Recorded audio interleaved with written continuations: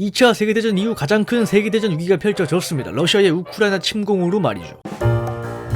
뭐 핵전쟁 얘기까지 살살 기어 나오는데 한 명이 핵버튼 눌러 제끼면 지구 날아가는 거 뻔하니까 안 누를 겁니다 아마. 우크라이나를 침공한 러시아의 독재자 푸틴 대통령은 금수저의 엘리트 집안의 도련님 출신인 것 같지만 더럽게 가난한 집안에 태어나 빵조각을 겨우 주워 먹고 잦은 탈선으로 인생 조질 뻔하다가 어떻게 좀 정신 차리고 대통령 돼서 지금까지 해먹고 있습니다. 과거 러시아와 우크라이나는 루스국이라는 이름의 한 국가였습니다. 하지만 시간이 흘러 소련이 붕괴되면서 우크라이나가 독립해 지금껏 다른 나라로 살아왔습니다. 2013년 마이단 시위, 2014년 크림 합병과 돈바스 내전, 우크라이나는 과거에도 러시아와의 소규모 내전이 끊이질 않았습니다. 지금 러시아의 우크라이나 침공은 깜짝 공격이 아닌 이미 오래전 예견되어 있었다고 볼 수 있습니다. 러시아는 올림픽을 이용해 제껴 전쟁을 주고해 왔습니다. 2008년 베이징 하계올림픽 개막 이후 조지아와 러시아의 전쟁이 시작되었고 2014년 소치 올림픽이 폐막하고 5일 만에 러시아가 크림반도를 침공해 크림반도로 가져왔습니다. 그리고 이번 베이징 동계올림픽이 폐막 후 우크라이나를 침공했군요. 유엔 전쟁법에도 양 국가 전쟁 시에는 군사시설만 공격해야 하는 것처럼 러시아도 국제사회를 의식해 군사시설만 폭격한다고 했지만 뉴스만 틀면 민간 시설이 폭격당하는 걸 볼 수 있습니다. 현재 우크라이나의 대통령 블로디미르 젤렌스키는 사실 코미디언 출신입니다. 실제로 국민의 종이라는 드라마에서 갑작스럽게 대통령이 되는 역할을 하다 실제 대통령이 되었습니다. 북대서양 조약기구 나토는 오늘날의 러시아를 견제하기 위해 서로 펭귄마냥 모여 방어 해제끼자라고 만든 기구입니다. 우크라이나 대통령이 도움을 절실하게 바라고 있지만 미국을 비롯해 여러 회원국들은 우크라이나 인근 지역에만 병사를 파병하는 등 우크라이나의 직접적인 참전은 안 하고 있습니다. 몇 가지 이유가 있겠죠. 우선 우크라이나는 나토 회원국이 아니며 여러 나라도 국익을 따져 함부로 다른 나라 전쟁에 참전하지 않는 것이겠죠. 러시아의 말썽꾸러기 푸틴이 이번에 어디까지 해제끼는지 지구의 시선이 몰리고 있습니다.